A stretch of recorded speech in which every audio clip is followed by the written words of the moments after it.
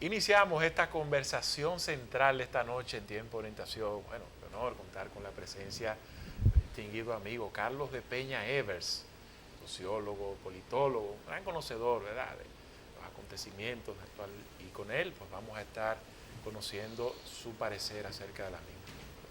¿Cómo te sientes, Carlos? Gracias, señores. Gracias. Siempre es un honor estar aquí.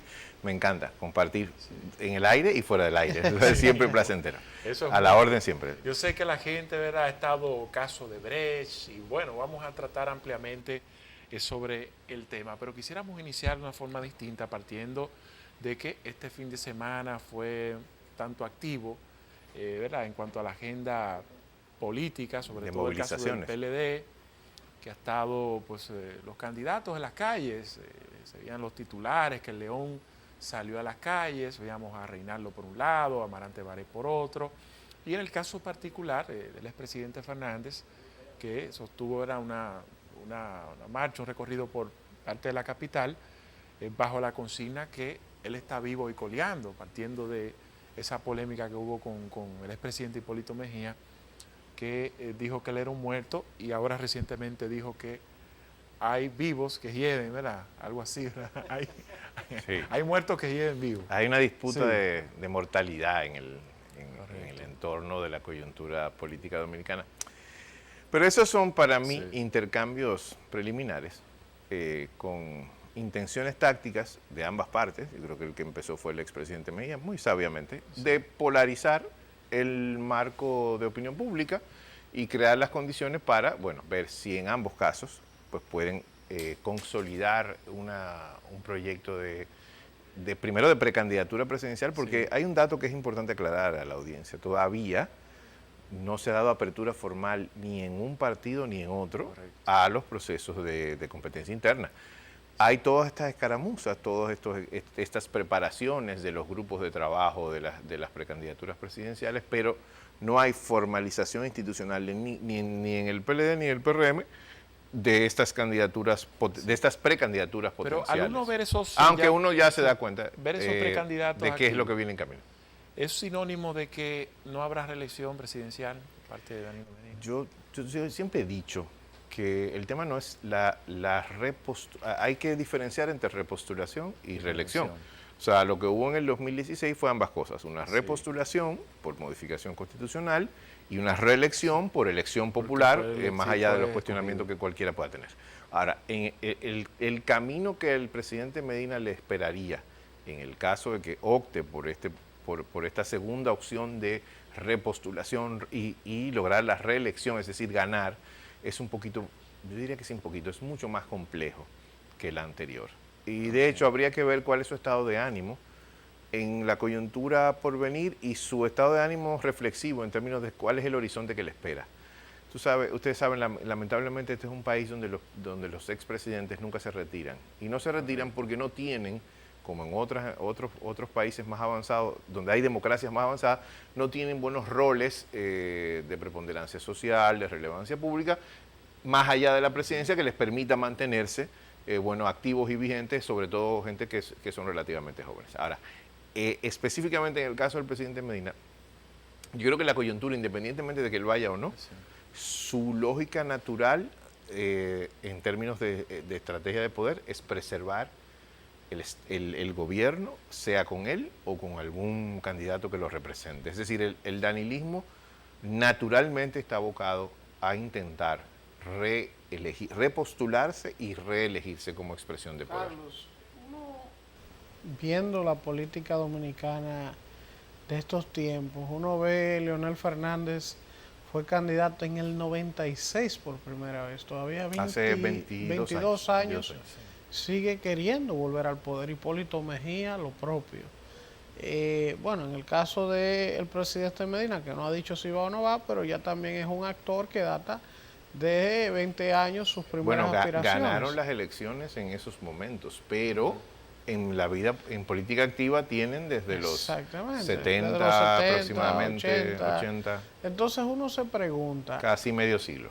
Uno que dice, bueno, las sociedades cambian. Hoy hay una sociedad más informada, más preocupada, más empoderada, quieras o no, es así. Y habemos muchas personas que hemos estudiado, nos hemos formado y nos preocupan muchos temas de la clase política tradicional. ¿Cómo es posible? O sea, que no haya debates, que no haya nuevas propuestas, porque yo no digo, ok, un candidato no es porque sea viejo, es que se reinvente, que al menos tenga la capacidad de reinventarse, pero yo veo hoy, al día de hoy, a Leonel Fernández, veo hoy a Hipólito Mejía, y yo no veo nada que le puedan ofrecer al electorado, o sea... El problema es que siempre, sí, no se trata de la oferta, o sea, de la oferta del liderazgo, sino de la demanda, de cuáles son las especificidades, las características de la demanda democrática, es decir, qué es lo que el habitante de la República Dominicana, en tanto que dominicano y en tanto que elector y ciudadano, exige a sus políticos. O sea que eso zoológicamente... No, porque si el ciudadano le exige a sus políticos que lo que haga es pasearse por el barrio en donde vive, en jipeta y le regale 500 pesos, picapollo. o no picapollo, sino que tenga esa vinculación clientelar, o si lo que le resulta simpático a un determinado sector de la población electoral es que un expresidente denuncie por la prensa o cree unas condicionantes casi en tono de broma sobre un adversario. O sea, si eso es lo que termina creando condiciones de mayoría, porque recuerden algo, lo que están buscando todos los políticos dominicanos vigentes es continuar teniendo niveles de legitimidad, no de credibilidad, porque la credibilidad, yo creo que la tasa de credibilidad en este país de la política está bastante deteriorada, pero de legitimidad quiere decir que puedo participar y puedo ganar más espacios de poder, sea a través de mí directamente o a través de el equipo político que me acompañe. Es decir, bueno, puedo tener más regidores, más congresistas, más alcaldes, o puedo tener más ministros, o puedo ser yo mismo presidente o senador o diputado. En esa lógica yo tengo que luchar porque no se me diluya la legitimidad, que no es otra cosa que la sociedad dominicana me reconozca como un actor político relevante. No quieren bajo ningún concepto ninguno perder relevancia, sobre todo en términos mediáticos, dado que la política dominicana está muy inclinada hacia el papel mediático que juegan estos liderazgos. Sí, eso es muy lamentable y a la larga creará otro tipo de crisis que podemos hablar en un momento. Precisamente tomando en cuenta esos elementos, ¿verdad?, que hemos gravitado bajo los mismos caudillos, los mismos actores políticos en estos últimos tiempos, hay otras opciones que se han estado presentando ante el electorado. Una de ellas tiene que ver con el nieto del dictador y asumiendo incluso un tipo de discurso que es parte de las debilidades de las actuales autoridades, como el tema, por ejemplo, migratorio. Hemos visto incluso ahora publicaciones de encuestas que lo han estado tomando en cuenta hasta llegar incluso hasta un famoso 7%.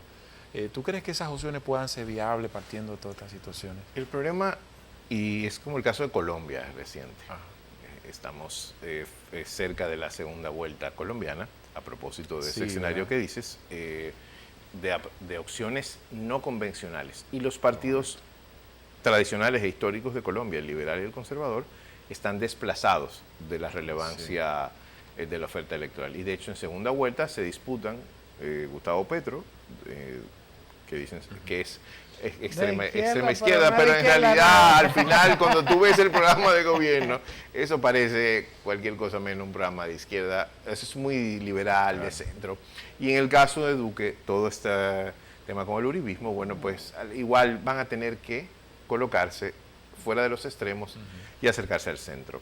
¿Qué pasa? En ese caso, la política en la política latinoamericana van apareciendo y han aparecido en los últimos 10, 15 años estos actores que vienen alejados de las maquinarias. Sí.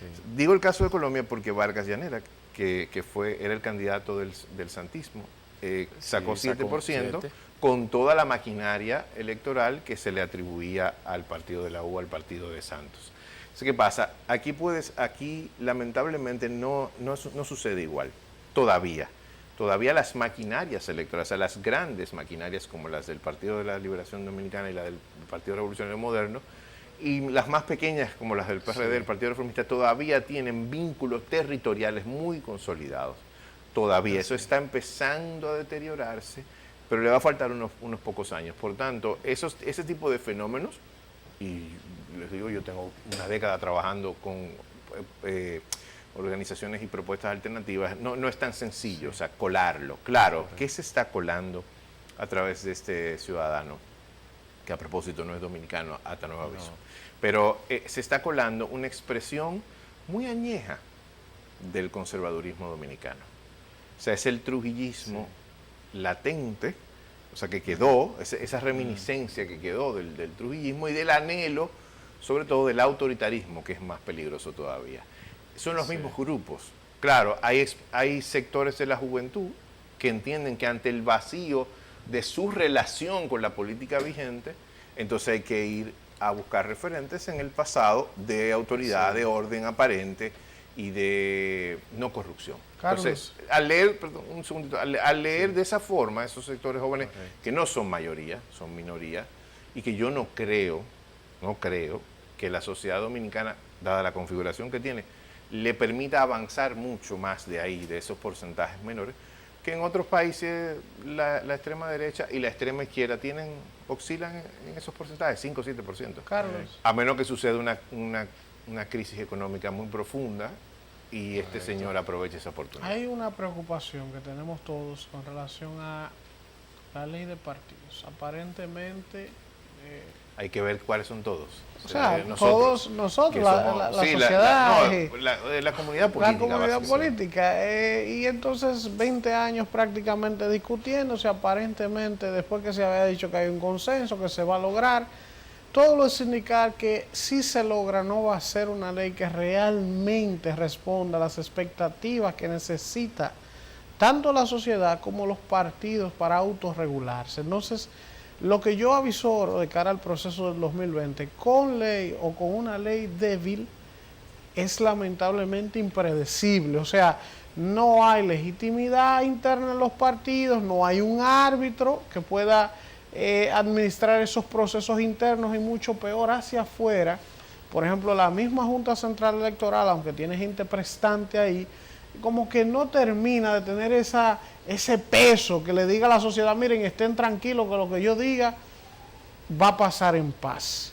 ¿Qué tú puedes avisorar de cara al proceso del 2020? Mira, con ley o sin ley, Si los resultados, la clave va a estar en la distancia de los resultados a escala presidencial en primera vuelta y en el caso de que hubiera segunda vuelta, cosa que es una probabilidad un poco más remota en este momento. Pudiera pasar, pero no lo veo así en lo inmediato. Pero cuando los resultados son cerrados, como pasó en 1990, 1994, 2012, te fijas que en esos casos, o sea, cuando los resultados son abiertos, 2004, 2016, es poco probable que prime en la sociedad la vocación de impugnar, de cuestionar, de movilizarse en torno a un reclamo político-electoral. Y mucho menos en una sociedad tan anómica y tan apática como la de hoy, que es diferente a la sociedad de 1990 y a la sociedad de 1994, muy distinta. En esos matices me refiero en que la sociedad dominicana de hoy no tiene como prioridad la política, sino la economía. Y todavía en los 90, en esos principios de 90, había una cultura política mucho más arraigada y los caudillos tenían esa gran masa de gente que los seguía y que los defendía. No es el caso ahora. Lo que habría que ver es cómo se desarrolla, sin la ley y sin el arbitraje que dices, las pugnas y las competencias internas por las candidaturas locales, que es donde me parece a mí que va a haber el más grande problema. Es decir, ¿quién va de regidor, por cuál partido, en qué posición, de qué grupo, o sea, de cuál facción? Fíjate cómo la dinámica va a ser muy caciquil, muy de local. O sea, okay, ¿a quién le toca la diputación tal? ¿A quién le toca la senaduría? ¿A quién le toca la regiduría? ¿A quién le toca la alcaldía? De las facciones en pugna, y eso sí va a traer serios conflictos más allá de las presidenciales, a menos que nos enfrentemos a una coyuntura donde los dos candidatos presidenciales no provoquen mucha movilización y la abstención sea más grande que el 30% histórico, y entonces veamos una elección cerrada, es decir, 42-43, cosa que yo no veo en el panorama. A mí, si me preguntaran para qué serviría la ley de partido al final, es para regular las candidaturas locales en este momento, sobre todo por el tema del financiamiento y el lavado de dinero a través de las candidaturas. Para cerrar este bloque, ¿verdad? Para venir ya con el tema Odebrecht, ¿qué tan determinante es que unas primarias sean abiertas o cerradas como para provocar un tranque? Habría que ser específicos. En el caso, por ejemplo, del PRM, yo no creo que el tema abiertos o cerradas, yo creo que en el PRM serán cerradas, es casi seguro que sean cerradas, y no me parece que el tema sea tan trascendente dada la circunstancia en la que hoy, porque esa coyuntura puede cambiar, fíjense cómo en un fin de semana el expresidente Mejía, muy inteligentemente, arropa la opinión pública. Lo que habría que ver es cómo se transmite eso, cómo se traduce en una valoración, en una reflexión concreta de intención de voto. Porque lo que está en juego aquí internamente es la intención de voto. Y ver si el padrón que el PRM dice que tiene, pues es funcional para ese proceso. En el caso del PLD, que es donde está la disputa más aguda y más grave, el grupo del expresidente Fernández entiende que las primarias cerradas son un salvavidas. A mí me genera siempre una duda que no termina de aclararse. ¿Dónde está el padrón del PLD?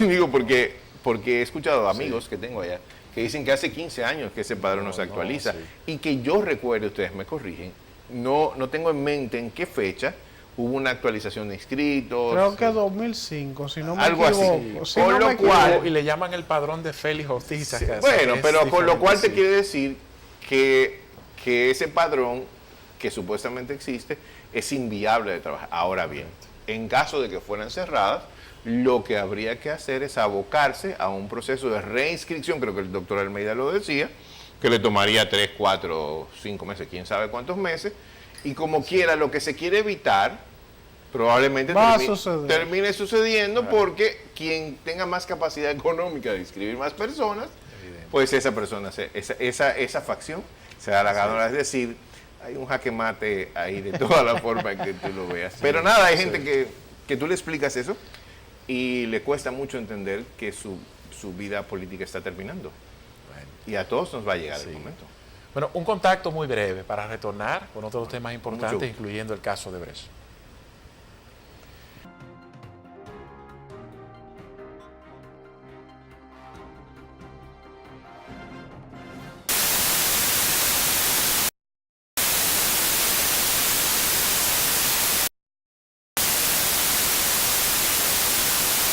Interesante.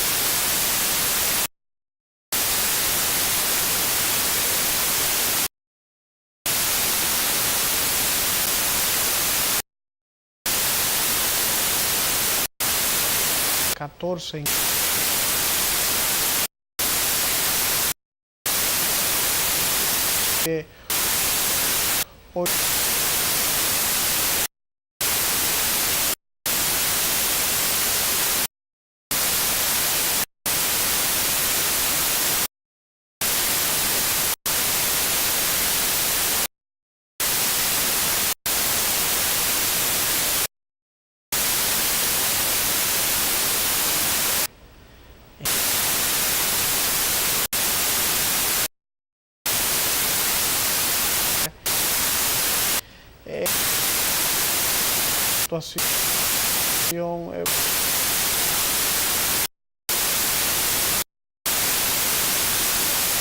pues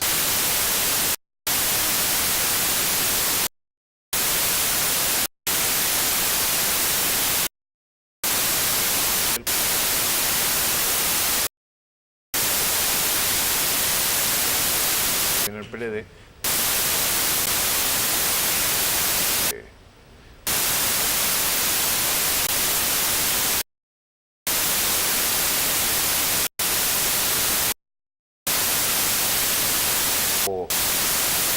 profesión.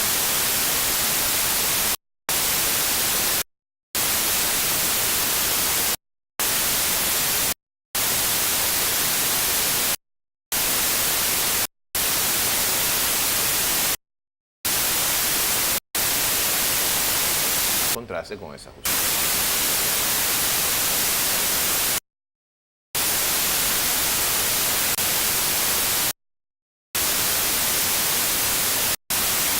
Daba un límite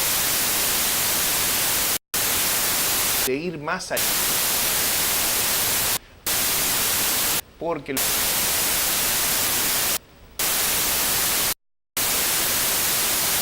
el sistema político como ese es como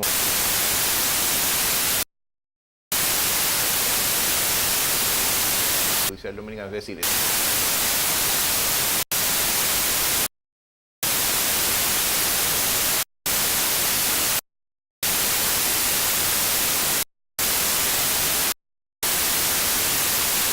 hasta este modernista.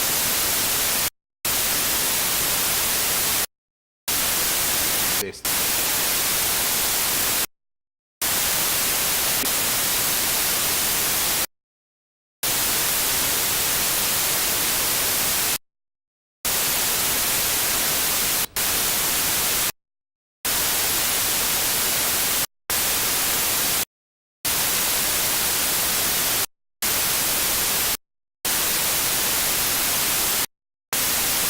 Hacer de perfección y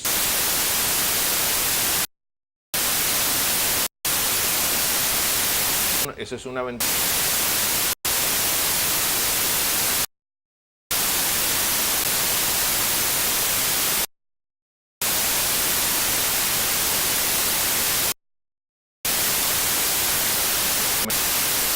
O sea,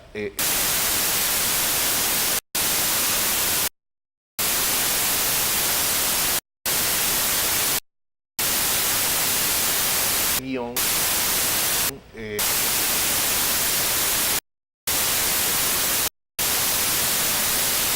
guión.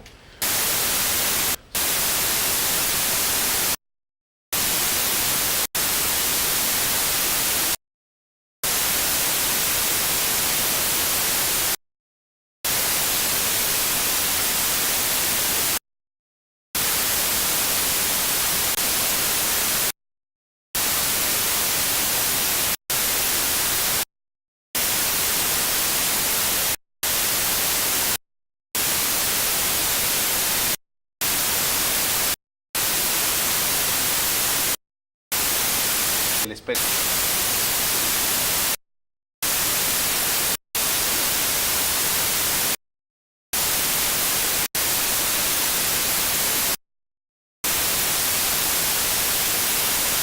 Prisioneros.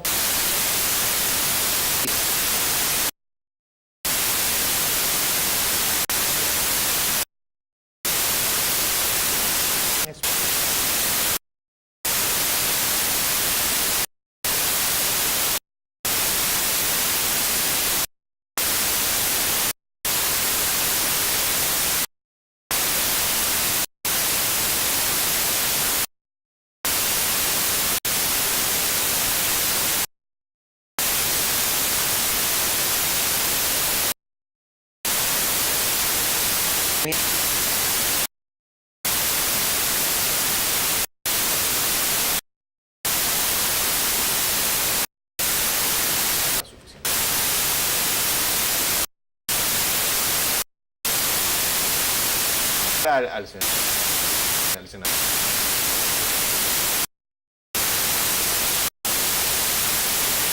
En el expediente dice 168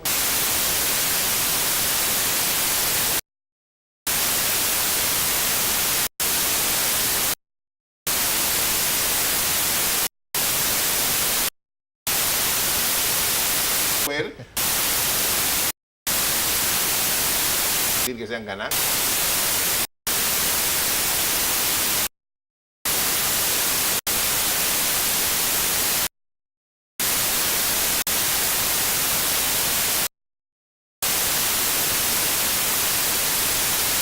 Señores,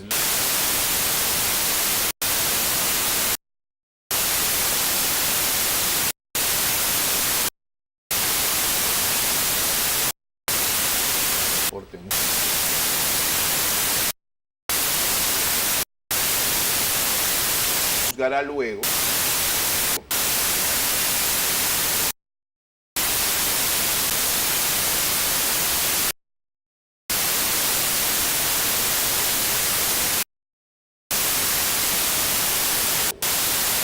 Bueno, creo que falta por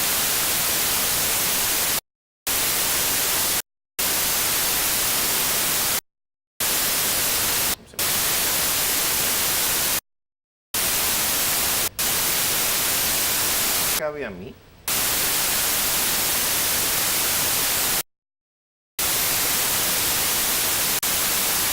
las personas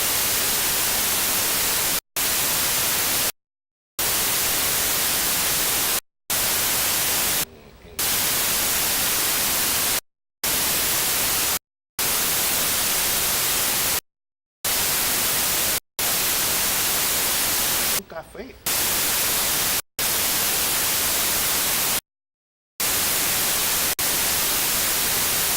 Sumamente raro. Un momento.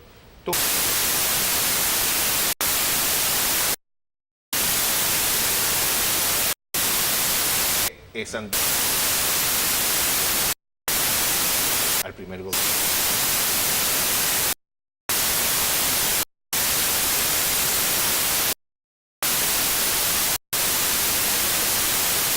La mediocre. Al final se van a hacer esas.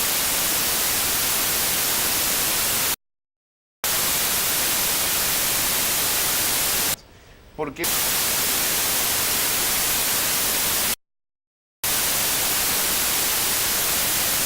demasiado